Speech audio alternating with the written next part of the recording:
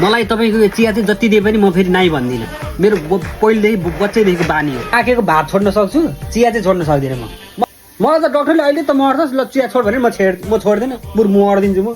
तपाईँको मलाई जाडो महिनामा अझ लङ र दालचिनी हालेर पाएपछि त म त खानै नखाइकन नि बस्दिन सक्छु। तपाईँको अनन्ती ज्वरो आइरहेकोमा पनि मलाई कसैले एक कप चिया दियो भने मलाई त्यो ज्वरो निको हुन्छ हेर्नु। म कहिले उठ्दै पनि राति त चिया खान्छु सुत्ने बेला चाहिँ। त्यो खान नजान्नेहरूले चाहिँ के भन्छ नि ग्यास्ट्रिक हुन्छ चिया हेन तेन भन्छ नि, त्यस्तो होइन। तपाईँको मिलाएर खान जानु भने चिया चाहिँ तपाईँको फेरि यसले ओखतीको काम गर्छ फेरि। मलाई त सबै सामान सकिए बेला तापमानमा त तताएर यति तपाईँको चियापत्ती हाल्न दिए पनि मलाई हुन्छ, चित्त बुझ्छ।